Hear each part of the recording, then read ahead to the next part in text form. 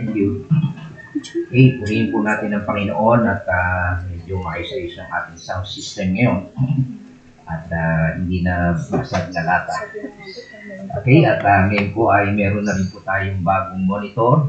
Masyado nga lang malapit, paki-class. PowerPoint. Okay. Sa ating pong pagpapatuloy ng ating paksa na The Believer's Privilege. Okay? Ito po ay part 3 and also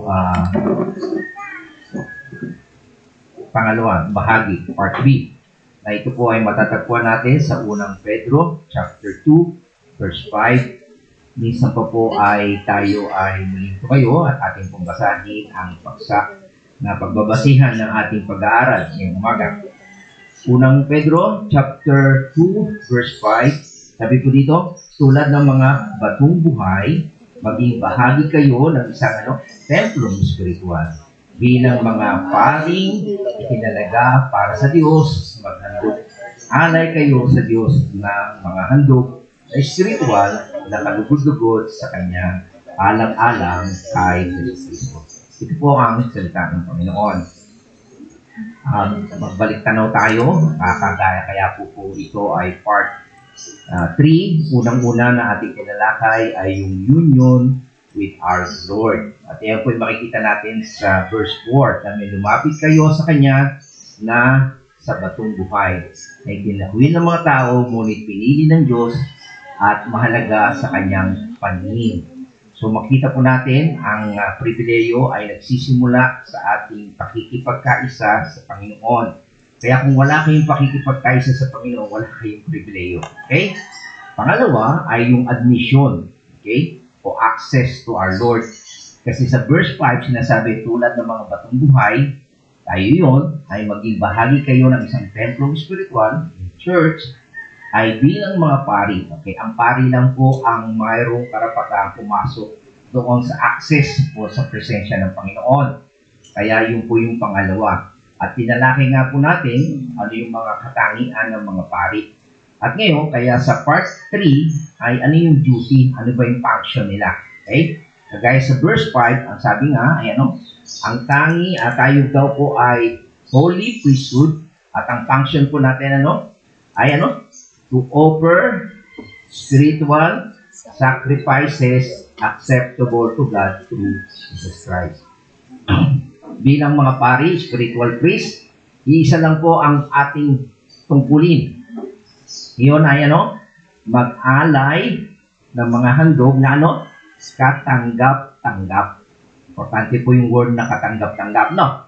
Kasi hindi po lahat ng alay ay katanggap-tanggap. Naalala niyo yun?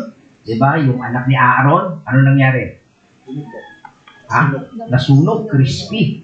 Naging crispy pata, naging crispy priest, di ba? Unang-una pa lang nila, meron na silang damit, pero hindi nasunod. Yung hinandog ni Saulo, di ba? Sabi ng Panginoon, patayin nyo lahat, wala kayong kukuhanin. Nang hinayang sa mga baka. Maganda to, ihandog natin sa Panginoon. Ano nangyari? Walang sumunod sa kanyang henerasyon na naging hari. Okay? So, mahalaga po yung acceptable. Okay? Katanggap-tanggap. Okay? Yan po ang tanging pangunahin na ginagawa ng mga pari sa Old Testament. Mag-alay ng sacrifices. Okay? At ang pinakapangunahin po ay sacrifice to offer to God's sacrifice. Okay? Yan po ang kanilang function. At ang ginagawa nila usually, yung mga pari ay nagdadala sila ng mga hayop, tama? At pinapatay yun bilang sakripisyo, tama? Pero nung dumating ang ating Panginoong Jesus, gusto ko pong bigyan pa dito, nung dumating si Jesus Christ, na natala sa New Testament, lahat ng animal sacrifices nung namatay si Jesus Christ, tumigil ako. Liwanag. Okay? So, ang tanging binabanggit sa ating pag-aaral ngayon, na binabanggit ni Pedro, ang tanging natitiran na pwede natin ihandog sa Diyos ay yung tinatawag na spiritual sacrifice. Wala na po yung animal sacrifice. Yung binabanggit ko sa inyo na may mga tribo, mga kultura pa sa ibang lugar, okay? May padugo o paano, ay hindi na po patanggap-tangyo. Okay? And wala na rin pong physical sacrifice yung papatayin ng mga tao. So yun po yung makikita natin yung iba, inihahandog yung kanilang mga anak. So wala na pong mga animal sacrifice, wala na rin pong physical sacrifice. Ang tanging natitira ay spiritual sacrifice. Maging ang pari po ay hindi nang nagaling lang kay Levi, okay? O kaya kay Aaron sa lahi ni Aaron. Kundi ang spiritual priest ay nanggagaling sa mga inubos na miyembro ng Church of Christ. Maliwanag po ba yun? Okay? Isang sa inyo, ang tanging dahilan, ang full purpose ng pagsasacrifice o paghahandog, okay, ng spiritual sacrifice, ay para saan? To gain the approval of God. Okay? So, kaya po tayo nagsasakripisyo ay para makuha natin yung approval ng Diyos. Matuwa ang Diyos sa atin. Tama? Kaya tayo naghahandog. Okay? At yan po may sasabi na kaya po lang siya nagiging katanggap-tanggap. Sabi niya, it says that they are to be sacrificed acceptable to God. Kaya lang po tayo magiging katanggap-tanggap sa Diyos kung dadaan tayo sa magitan ni Jesus Christ. Kung sa sarili lang nating effort, o dadaan ka kay Maria, dadaan ka kay Pedro, o kung sino mang mga leader ng church, hindi ka pa katanggap-tanggap. Kailangan daraan ka to Jesus Christ. Bakit? Kasi si Jesus Christ ang ating mediator. Iisa lang po ang tagapamagitan sa Diyos at sa tao. Walang iba kundi si Jesus Christ. Kaya yung nagsasabing mga iba na relihiyon, mali po yun. Okay? Maliwanag po yun. Hindi ka tanggap-tanggap. Kahit na po magpenitensya ka, mag-alay ka, kung ano-ano, hindi po katanggap-tanggap yun sapagkat hindi po dumaan sa magitan ni Jesus Christ. At alam natin, si Jesus Christ lang ang nagbibigay sa atin ng daan patungo sa Diyos. At yan po sinasabi ni Jesus Christ sa John 14:6. Alam niyo ba yung verse na yun? Jesus said, I am the way, the truth, and the life. No one comes to the Father except through me. Sa pamamagitan niya. Kaya kung dadaan ka pa kay Maria, dadaan ka pa kung kanino, hindi rin po kayo katanggap-tanggap. Okay? So, He gives us the right, karapatan na makapasok, and only when we come in His name, only when we come consistent with His will, kung anong kalooban niya, iyon ang magbibigay ng kaluguran sa Panginoon. Maliwanag po ba yan? So, that's the reason. Ito yung ating function. Iisa. Pag-alay tayo ng katanggap-tanggap sa Panginoon. At ngayon pa ay pinag-aralan natin ng isang linggo, ano ba yung mga alay na katanggap-tanggap sa Panginoon? Ayon po sa Romans 12:1 and 2, ano yung offer natin? Offer your mind, body, and all faculties. Ang ibig sabihin niyan, yung buong mong pagkatao. Mula ulo, paa, hanggang kamay, hanggang paa. Lahat yan. Hindi po pwede isang kamay lang, yung kabila hindi. Okay? Lahat. Okay? Even your hopes, yung pangarap mo, naisin mo, o yung mga dreams mo. Katulad po ng nangyari kay Abraham. Di ba nangako ang Diyos na magkakaroon siya ng anak at magiging marami ito? At nagkaanak nga siya, di ba? Sino naging anak niya? Si Isaac.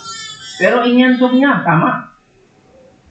Kung pinatay ni Abraham si Isaac, ano na mangyari sa kanyang dream, sa kanyang aspiration, sa kanyang hope in the future na magiging siyang ama ng marami? Wala. Patay, di ba? Pinatay ba siya? Buhay.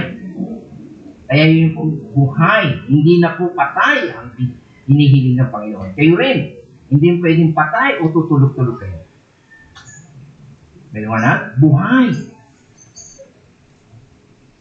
At kung mag-aalay tayo, sabi niya, sa Malakay, hindi pwedeng bulag, pilay, o may sakit.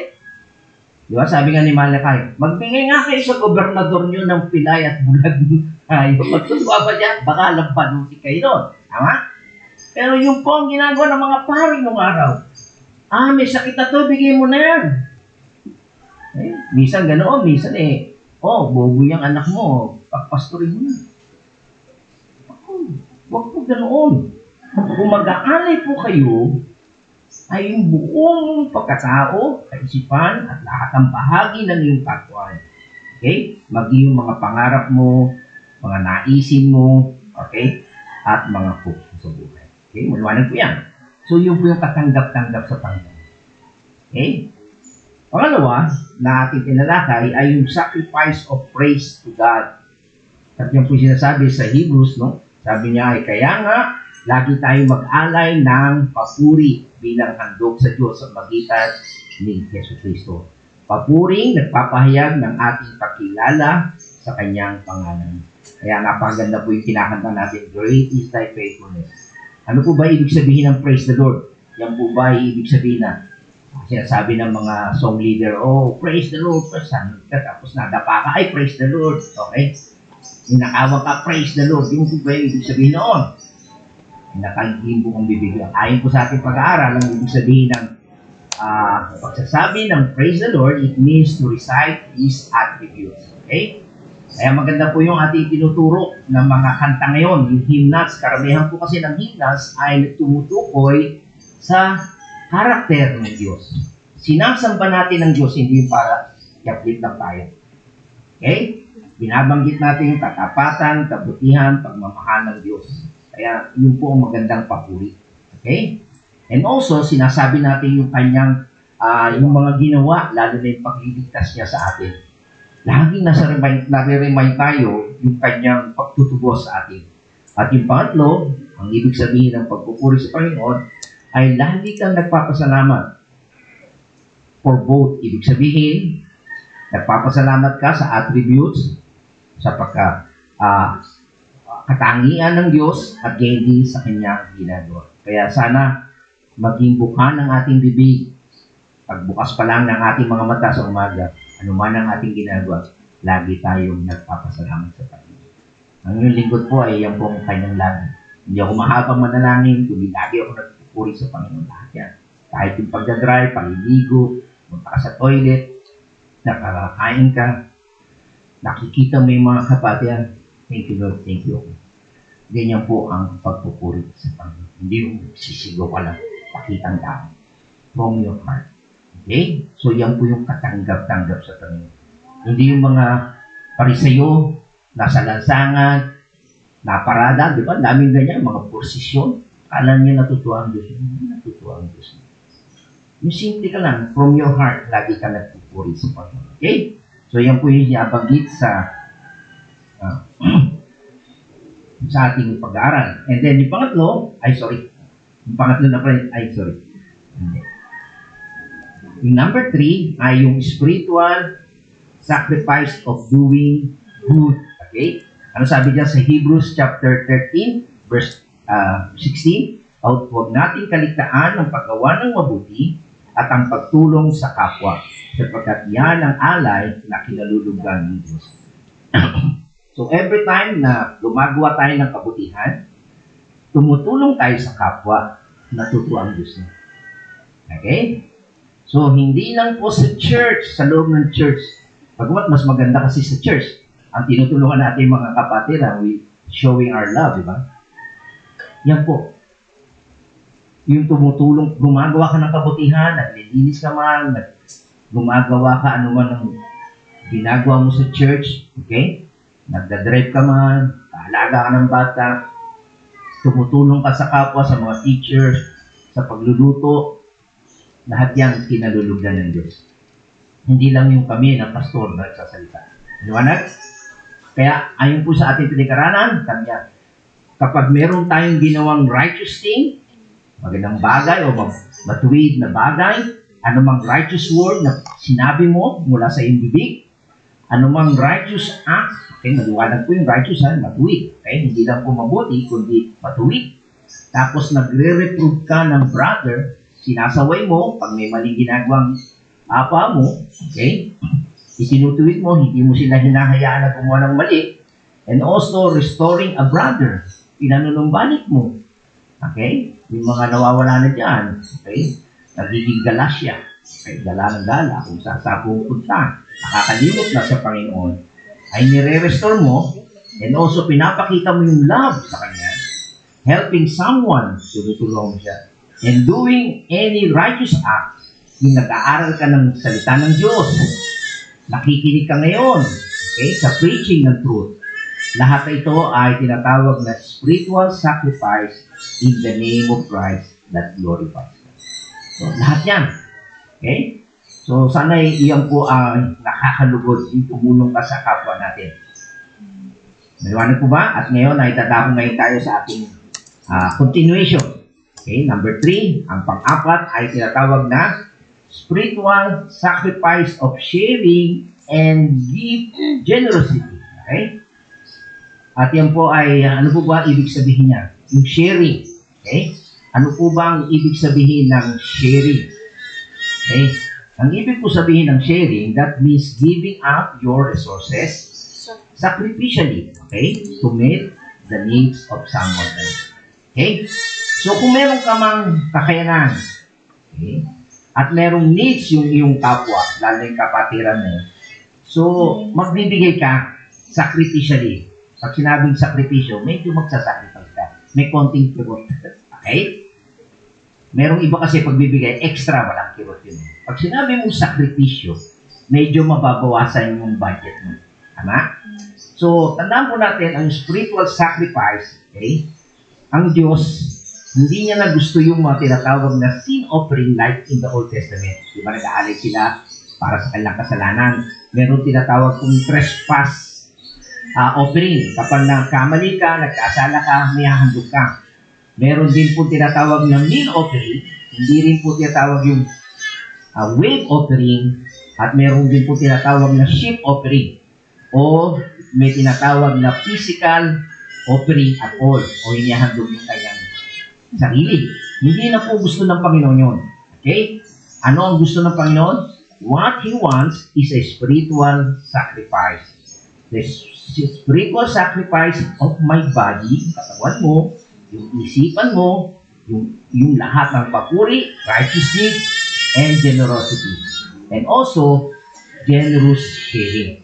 Okay? At yan po'y makikita nga natin sa verse 16 na sinasabi, yan daw po ay yung paggawa natin ng mabuti at pagtulong sa kapwa sapagkat sabi niya, huwag nating kaligtaan ng paggawa ng mabuti at pagtulong sa kapwa sapagkat yan ang alay na kinalulugdan ng Diyos. So kapag tumulong ka sa iyong kapwa, natutuwa ang Diyos noon. Ikaw ang ginagamit, ikaw yung kamay ng Diyos para matugunan ang pangangailangan ng iyong kapwa. Lalo na po ang mga mananampalataya. At dito, makita natin sa ating pag-aaral, gusto ko lang i-share sa inyo ang tungkol sa buhay ni Paul, si Saulo, o si Pablo, ay isang prisoner in Rome. Nakakulong po siya sa Rome. Okay? So dito po makita natin yung pag-ibig ng Philippian Church sa kanya. Okay? Nagpadala po ang mga Philippian Church ng pera para sa kanya. He was grateful sa kanyang mga regalo. At ito po nga ang kanyang sinabi. Sabi niya sa verse 10, sabi niya, labis akong nagagalak sa Panginoon sapagkat pagkaraan ng mahabang panahon, minsan pa ipinamalas ninyo ang inyong pagmamalasakit sa akin. So yung tulong ng Philippian Church kay Paul na nasa prisoner, binigyan siya ng pera, anong response ni Paul? Nagpapasalamat ako, nagagalak ako. At sabi niya, alam kong hindi ninyo ako nalilimutan. Wala lamang kayong pagkakataong matulungan ako. Minsan nakakalimot, di ba? Pero alam niya na meron silang hangarin na tumulong kay Pablo. Okay?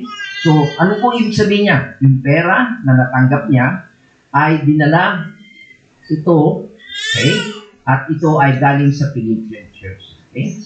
So, ang sabi pa niya, doon sa verse 11, tingnan nyo, gusto ba niya yung pera na pinadala niya? Si Pablo ba yung mukhang pera? Maraming mga false kulto ay mukhang pera. Ginagamit po nila yung talatang ito. Ano sabi niya? Hindi ko sinasabi ito dahil sa kayo'y hinahanapan ko ng tulong. Okay? Hindi ko kailangan ng pera niyo. Okay? Hindi ko binabanggit ito o pinariringgan kayo dahil gusto ko ang tulong niyo. Bakit? Kasi natutunan ko na, kaya ko nang mabuhay. Sabi, naranasan, masiyahan, maging anuman ang aking kalagayan. Naranasan ko nang maghikahos, naranasan ko nang managana, natutunan ko na ang sikreto kung paano masiyahan sa anumang kalagayan sa buhay, ang mabusog o magutom, ang managana o maghirap. Kita niya? So, hindi nagpaparinig si Pablo o si Paul, okay, sa mga Pilipinas. Hindi ko kailangan. Kaya ako binabanggit ito sa inyo. Kasi kaya kong mabuhay. Naranasan ko ng magkikaroon. At naranasan ko ng lahat ng bagay. Nung binabasa ko ito, naalala ko yung buhay namin noong 1994 nung walang po ako ng trabaho. Actually, nung kinukwento ko ito, hindi rin maniwala ko yung hindi ako naniniwala sa sinasabi. Kasi dumating po ang punto sa buhay namin na yung mga anak ko, kakain kami sa labas, hintay namin maubos o may matira para lang kami kumain. Dumating po yung punto sa amin. Kasi nga nawalan ako ng trabaho. Ang misis ko lang po ang nagkaroon ng trabaho.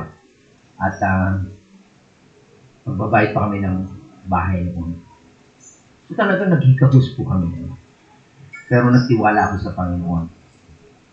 So ganun po yun. Naranasan po ni Pablo na maghirap at managana. Natutunan niya yan. Hindi siya magpaparinig. Meron iba kasi nagpaparinig. Naintindihan niya. Maraming mga pastor na mga kulto, pera niya lang. Pero dito makikita natin ang totoo. Hindi sa sinasabi ko to kasi kay pinahanapan ko ng tulong. We're contented. Okay?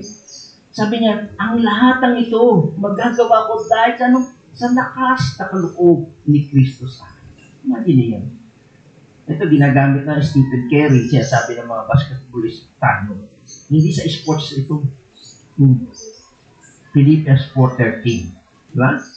Yan po yung nakasulat sa sapatos ng Stephen Curry. No. Out of context po yun.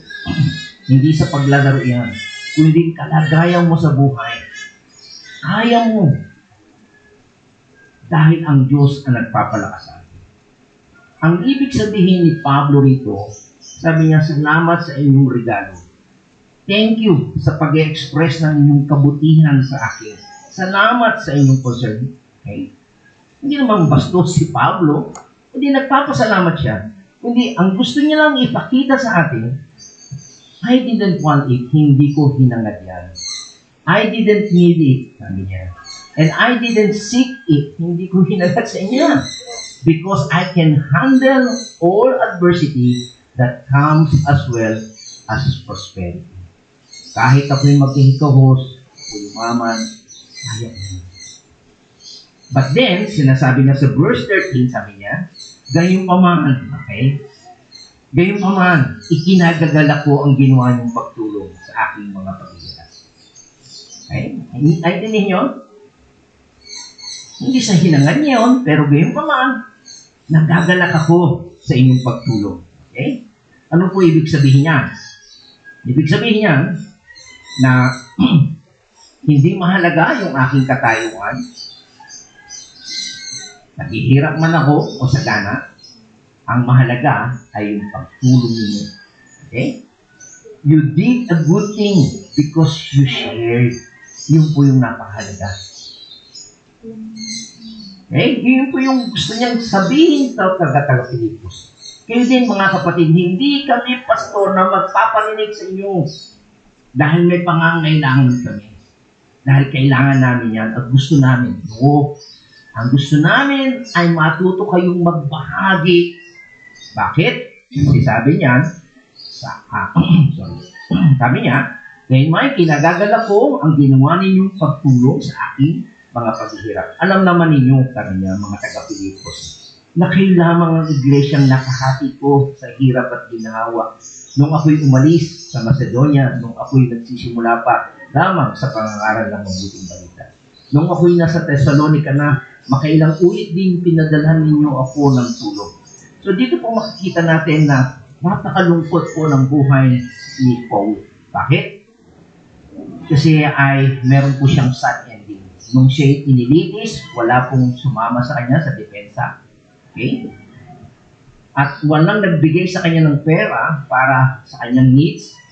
Sabi po doon sa Philippians chapter 2, verse 19 to 23, he said, sa lahat ng Asya, kinalimutan siya.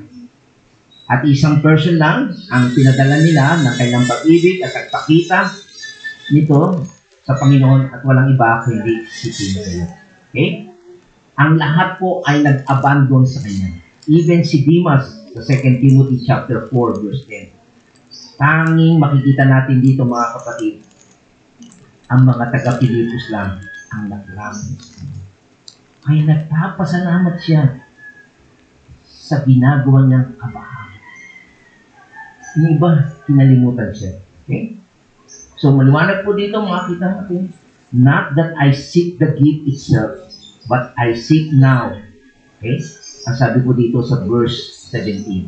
Hindi niya hinahangad yung regalo niyo o yung pera. Okay? Hindi ang sabi dito sa Philippians chapters 4, 17 to 18, God bless the generous. Sabi, hindi sa hangad kong laging tumanggap ng mga kaloob. Inulit na naman niya. Iba kasi nakakalungkot eh. Mga pastor lagi nagpaparinig. Diba? Tama? Kaya, minsan nasasabihan naman ng ating elder, Pastor, mag-topic ka naman tungkol sa giving. Ayoko magparinig. Kaya hindi si Pablo, hindi po siya nagpaparinig. Bakit? Hindi sa hangad kong laging tumanggap ng mga kaloob. Kundi, ang sabi niya, kundi ang nais ko ay makatanggap kayo ng masaganang gantimpala. Okay? Kapag kayo nagbibigay ng kusa sa pangangailangan ng mga misyonari at mga pastor, kayo ang laging pinagpapala.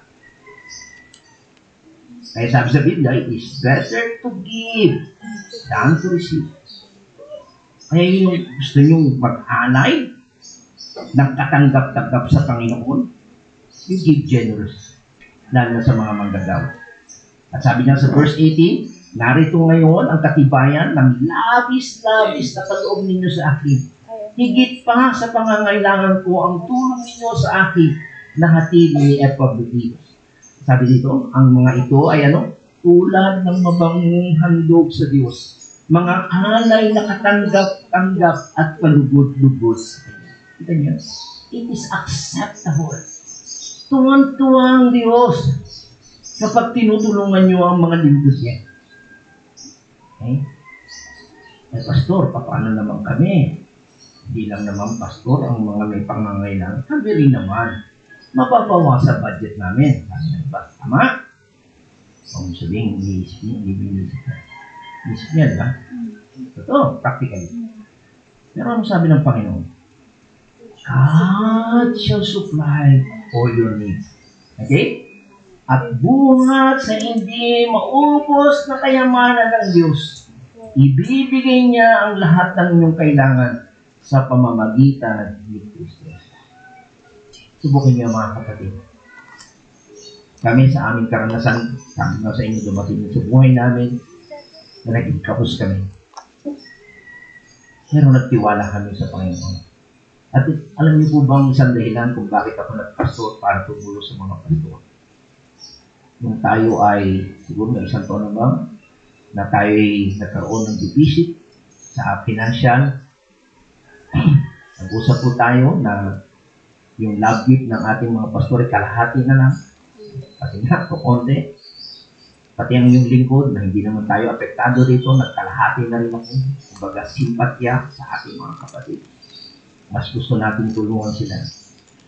Pero tandaan po natin, may mga tao na ginagamit ang Diyos para tulungan tayo ng mga manggagawa natin. At ngayon mapapatunayan natin na ipinuprovide ng Diyos, hindi kami makukulang. Ang mga lingkod ng Diyos, ang matutulong sa lingkod ng Diyos, bibigyan niya. Bagamat bumababa ang yung bank account o sabihin na kayamanan, pero yung kayamanan ng Diyos ay hindi mauubos at ipuprovide niya ang pangangailangan. I-try niyo po yan mga kapatid. Pero maraming tao, trabaho ng trabaho, kahit linggo, sikap ng sikap, pero nauubos din. Minsan dahil sa sakit, nauubos din. Kasi lang hindi sila nagbibigay sa gawain para sa Panginoon, lagi nangyayari. Sana'y matuto kayo. Kaya I hope na makita nyo ang isa sa mga bagay na natutuwa ang Diyos ay tumutulong tayo, nag-share tayo, hindi lang financially, hindi lang time, makibahagi tayo sa mga kamangkagawa. At hindi kayo papukulan. Ako nga nung araw wala akong bank account o savings. Karamihan yan ay talagang pagsuporta sa mga ministeryo ng ating Panginoon at lalo sa mga ating kamangkagawa. Kaya alam nyo, sabi nga ay si Pablo, a happy man. Bakit? Because these dear Philippians were the love of his heart. Kasi ito yung tanging church na tumulong sa kanya. Kasi nung iba, inabandon siya at sinalimutan at hindi siya sinuportahan. Okay? Kaya anong sinasabi niya ngayon? Para sa I'll tell you something right now, sabi niya, nothing makes the pastor, sabi ni John MacArthur, more joyful. Nothing makes him more satisfied than to see his beloved church offering up spiritual sacrifices acceptable to God, functioning as a holy priesthood, and therefore entering into the place of blessing. Kami ng mga lingkod ng Diyos ay magiging masaya kapag nakita namin ang mga miyembro namin ay talagang nagsasakripisyo, okay? Nagbibigay ng mga sacrifice na katanggap-tanggap sa Diyos. Nagiging kayong talagang totoong holy priesthood at pumapasok kayo sa place of blessing. Pinagpapala kayo.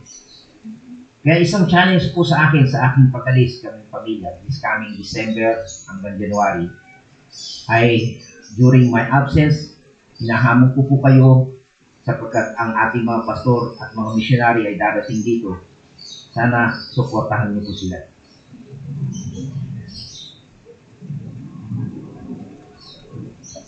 Kung ano yung suportahan na pinapakita niyo sa inyong likod, ay naisip ko na gawin ito sa Diyos. Naranasan niyo yung pagpapala. Na kami, di ba sabi sa inyo, yung aming tahanan, sila sa amin nag-stay, at kita niyo yung pagpapala ng Diyos sa amin. Gusto ko na maranasan niyo rin sila. Na arugain niyo sila habang narito sila. Okay? So meron rin time na isama sa lunch or dinner with them, ipakita niyo po. Okay? At alam ko na ito ay isang katanggap-tanggap sa Panginoon. Okay, sunod ay panglima na sacrifice natin, handog natin sa Panginoon ay tinatawag na spiritual sacrifice of soul wound to the Savior. Ano po siya sabi sa Romans chapter 15 verse 16? Sabi, tingnan niyo po yung sabi ni Pablo, upang ako'y maging ministro ni Kristo, Jesus, sa mga Hintil. Siya po ay minister o missionary sa mga Gentiles. Okay? Sabihin, nananawagan sa Ebanghelyo ng Diyos. Nangangasiwa sa Ebanghelyo ng Diyos. Upang ang mga Hintil ay maging kalugod-lugod na handog. Palibasa, pinagiging banal ng Espiritu Santo. So, sa wikang Ingles, niya, that I should be the minister of Jesus Christ to the Gentiles.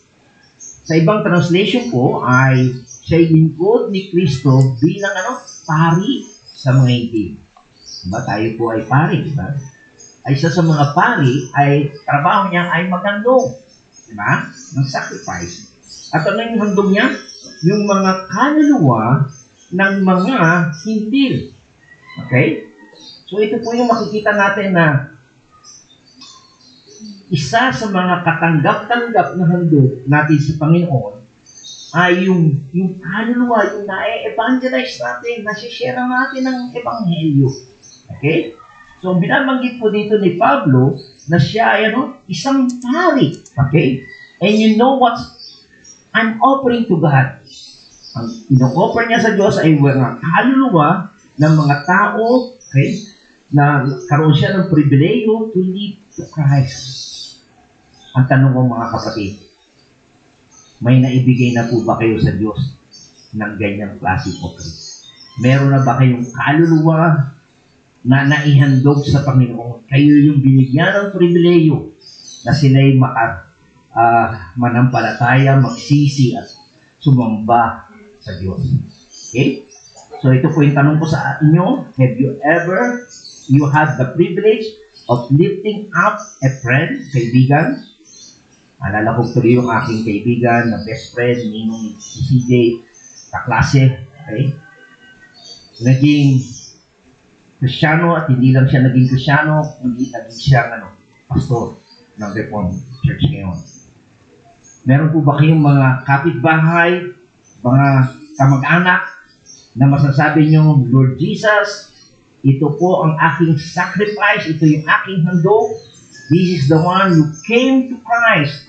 Sila'y lumapit sa Panginoon because I was faithful to be available to be the instrument you could use. Masasabi niyo na po ba yun? Sana ito'y maging hamon sa inyong mga kapatid. Napakaganda po yan. Mag-invest kayo sa buhay ng ibang mga tao. At yung mga taong iyon ay talagang gamitin kayo para sila ay maligtas. At yan yung katanggap-tanggap sa Diyos. Ano po ba? Napakaganda po yan. Ako, matutuwa ako at ako'y isa sa mga nagamit na may tao na talagang sumampalataya sa Panginoon. At yung pang-anim na ating may hahandog ay yung spiritual sacrifices of love, humble, selfless, love, service to others. Okay? Yan po ay makikita natin sa Ephesians chapter 5, verse 2. Ang sabi diyan, mamuhay kayong puno ng pag-ibig tulad ni Kristo dahil sa kanyang pag-ibig sa atin, niyalin niya ang kanyang buhay bilang mabangong alay at handog sa Diyos. Okay? So, walk in love. Mamumuhay tayo ng pag-ibig katulad ni Kristo na nagmahal sa atin at ibinigay ang kanyang sarili. An offering and sacrifice to God as a fragrant aroma. So, yan po makikita natin, mga kapatid. Ano po yung makikita natin sa pag-ibig ng Panginoon? Okay? Ang Christ love, alam natin, kung ang pagmamahal ng Panginoon ay ano nagresulta? Nagsakripisyo siya. Saan nagsimula yung sakripisyo ni Jesus Christ? Saan galing si Jesus Christ? Ha? Kalimutan nyo? Sa langit. Tama? May mga anghel na nagsasamba sa kanya. Nung unang dumating siya, saan siya? Komportable ba yun? O sakripisyo? Kayo, saan kayo na? Pinanganak, mga kapatid. Sa sabsaban, sa ospital, sa klinik, sa bahay, saan? Ha? O reklamo pa kayo ng reklamo, sa bahay lang kayo, saan? Si Christ, nagsakripisyo yan. Okay? Sinunod niya mula, ipapangat siya sa isang sabsaban. At sabi nga, no, walang magpatuloy sa kanya. Hanggang saan ang kanyang sakripisyo, mga kapatid? Yung pag-ibig niya, which resulted in his death. Nadali ba yung ipako sa krus, mga kapatid? Yung insultuhin ka, iwanan ka, ipagkanulungan ng mga kaibigan mo, mga kilala mo. Lahat yan tiniis ng Panginoon. Dahil sa pag-ibig niya sa kanyang mga hinihingi. Ang tanong, katanggap-tanggap ba sa Diyos? So, ano yung parallel nito? Ano yung pagkahambing o hamon sa atin? Yung pag-ibig din natin dapat mag-demonstrate ng selfless humility, hindi yung iniintindihan natin sarili. Gusto ko yung komportable, gusto ko yung magandang seat sa akin. Gusto ko yung ako yung sinusunod. Na kailangan ay, kagaya ng ating Panginoon, hindi niya itinuring na siya'y kapantay ng Diyos, di ba? Nagpakababa, tao hanggang sa kamatayan. Hindi niya inisip, bakit dito? At dito ako pinanganak, hindi sa palasyo. Bakit mahirap na pamilya ang aking pinagpunan? Hindi ba yung mayayaman? Hindi ba? Agaya ni si Moses, di ba? Napapunta sa palasyo.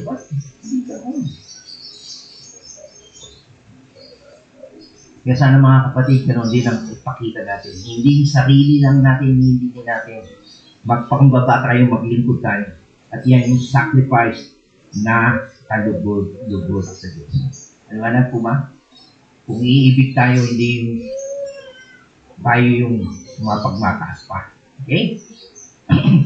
At uli-ulihan sa ating pag-aaral, okay, pang-lima ay spiritual sacrifice of soul born to the Savior. Pang-anim ay sacrifice of love, humble, selfless, loving service to others. At ang pang-pito ay yung tinatawag na spiritual sacrifice of prayer. Okay. Sabi dyan sa Revelations chapter 8, verse 3 to 4, sabi po dyan, dumating ang isa pang anghel na may dalang gintong sumban ng insenso at tumayo naman sa harapan ng dambana. Binigyan siya ng maraming insenso upang ihandog sa dambanang ginto na nasa harapan ng trono, kalakip ng dalangin ng mga hinirang ng Diyos. Mula sa kamay ng anghel ay unti-unting tumaas sa harapan ng Diyos ang usok ng insenso, kalakip ng dalangin ng mga hinirang ng Diyos. So bahagi po kasi ng pagsamba sa Panginoon ay yung nagsusunod sila ng insenso, di ba? Hanggang ngayon sa Katoliko may insenso, pero bansot eh. Pero ito, yung dalangin ay mas mabangong samyo. Nalimutan ko lang yung pang-amoy-amoy ko, di ba? Pag mabaho yung paligid natin, di ba? Mabango yung sinisinghot natin, galing takilag lang. Ganyan po yun. Ang panalangin ng mga mananampalataya, okay, ng mga pari, ay mabangong samyo. Mabango ito sa ilong. Okay? Ng Diyos. So, tandaan po natin, ang ating iaalay sa Panginoon, it begins when we offer everything I am. My whole body, mind, everything I am. Okay? So, yan po. Mamaya ay sa ating talakayan ay 7 po ito ha. Ako, alam nyo, araw-araw to, binememorize ko kung kaya kong i-memorize kasi ito yung mga dapat ihandog ko araw-araw sa Panginoon. Ang unang ihandog ko myself. Tanda natin, everything I am, my whole body, my mind, everything I am. Pangalawa, spiritual sacrifice of praise. Okay, pangalawa, myself, my praise. Pangatlo, sacrifice of doing good. Yun. At yung pang-apat ay sacrifice of generous sharing and giving. Pang-lima ay sacrifice of souls won to the Savior. Pang-anim, yung love, humble, selfless love, service to others. At yung pang-pito ay prayer. Okay? So, tandaan niya na yung pito na yan. So, yung pang-pito, makita natin, ay ito ay sweet aroma in the nostril of God. Mabangong samyo ito sa ilong ng Panginoon. Okay, guys, sabi na sa inyo, kung nababanguhan kayo sa binigay ko sa inyo pang-singmot, natutuwa kayo, di ba? Pag kayo may pagmabaho. Di ba? Naiibis kayo pag mabaho, di ba? Tama? So, gusto nyo bang ngumiti ang Diyos sa inyo? Mananangin po tayo. Yung pito na yan, gawin natin yan, doon natin sa Panginoon. Basic ito, mga kapatid. Okay? Kasi, mga kapatid, kasi we are priests. Ito ang trabaho ng priest. At ang trabaho ng priest, okay, meron kang pribileyo na mag-offer ng spiritual sacrifice. Tanging pari lang. Yung ordinaryong tao, yung hindi mananampalataya, kahit na anong offer na hindi ka tanggap-tanggap sa Diyos. Sayang lang. May wanag po ma?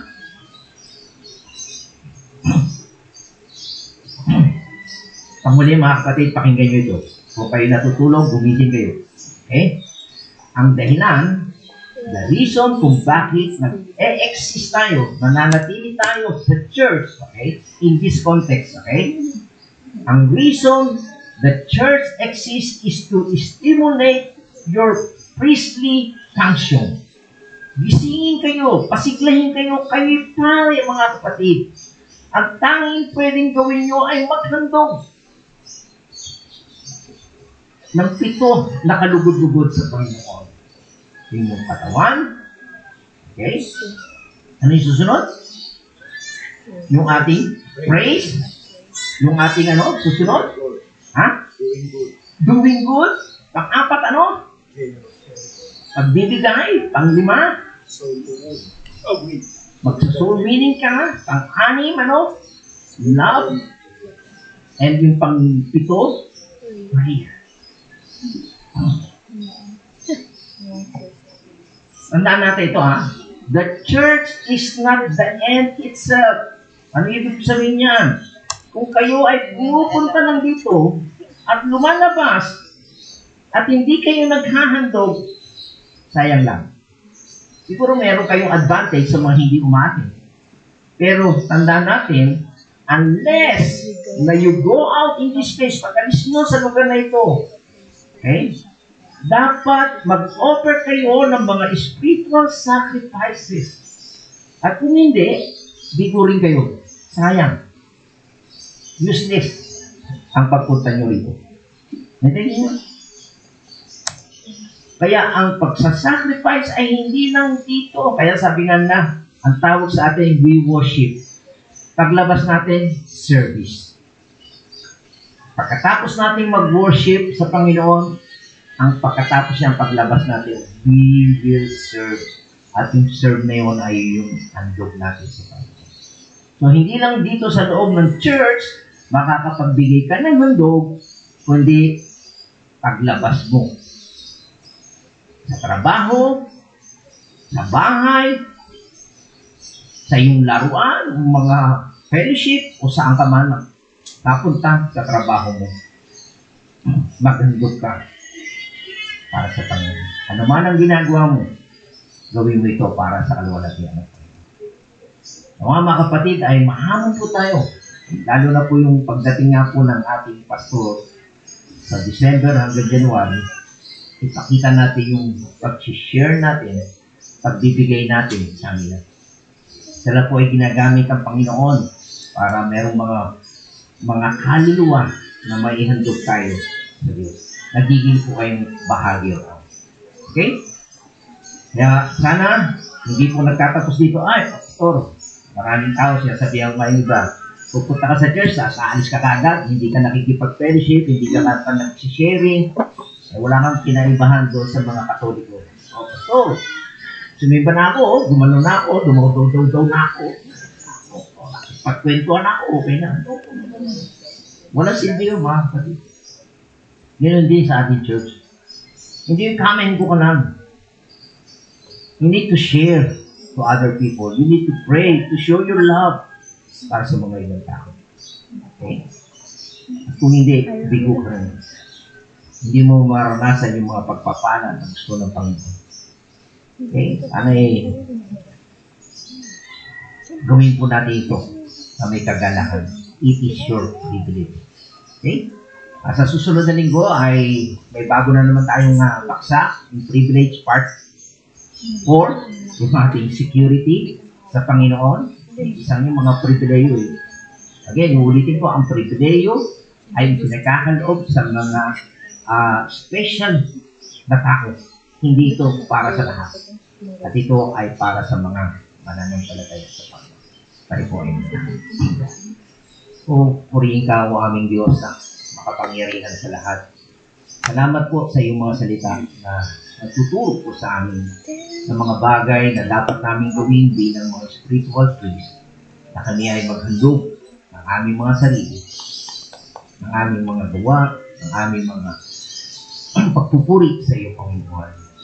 Na nais namin na talagang mabigyan ka ng lugod sa aming ginagawa araw-araw. Nawa, hamunin mo po kami. Paalala mo po sa amin ang mga bagay nito upang hindi masayang ang mga panahon at oras at lakas namin, Panginoon. Bagkos ay matuwa ka. Ang lahat ng aming handog ay kuha ng approval mo, Panginoon. At sa gayon ay maranasan namin ang hindi maubos na iyong kayamanan na ipoprovide mo para sa amin. Kaya Panginoon, ang hiling po namin ng iyong Espiritu, ang siyang kumilos sa amin upang sa ganoon ay mabigyan kami ng lakas upang sa katuparan namin ang lahat ng ito ayon sa iyong kaloratigan at iyong karangalan. Ito pong aming dalangin sa pangalan ni Jesus. Amen at Amen.